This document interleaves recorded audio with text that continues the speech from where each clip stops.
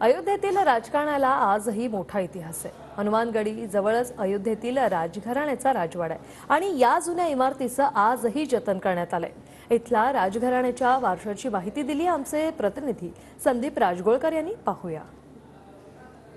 संपूर्ण देशभरामध्ये सध्या आहे ती फक्त अयोध्या नगरीचीच आणि प्रभू श्रीरामांच्या मुळे तर अयोध्येचा इतिहास संपूर्ण जगाला माहिती आहे। मात्र याच अयोध्येमध्ये राजघराणं देखील आहे आणि आपण जो माझ्या मागे जो वाडा पाहतोय हा तोच राजघराण्याचा वाडा आहे। विमलेंद्र मिश्रा हे सध्या या राजघराण्याचे वारसदार आहेत। आपण जर पाहिलं तर आलिशान अशा पद्धतीची ही एक इमारत वास्तू आपण म्हणू शकतो याला।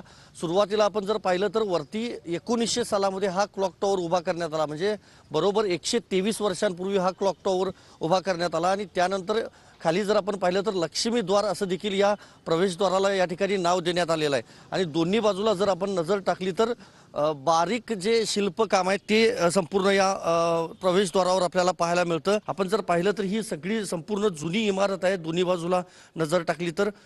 मात्र आहे तशाच पद्धतीनं आजही ही वास्तूचं या जतन करण्यात आलेलं आहे। राजघराण्यातल्या ज्या व्यक्ती आहेत त्या आजही या ठिकाणी त्यांचं वास्तव्य जे आहे ते पाहायला मिळतं। एकंदरीतच काय तर महाराष्ट्र असेल किंवा राजस्थान असेल, इथल्या राजघराण्यांना ज्या पद्धतीनं एक वारसा आहे तसाच वारसा अयोध्येमधल्या या राजघराण्याला देखील पाहायला मिळतोय। व्हिडिओ जर्नलिस्ट राकेश कुमारसह मी संदीप राजगोळकर, TV9 मराठी, नवी दिल्ली।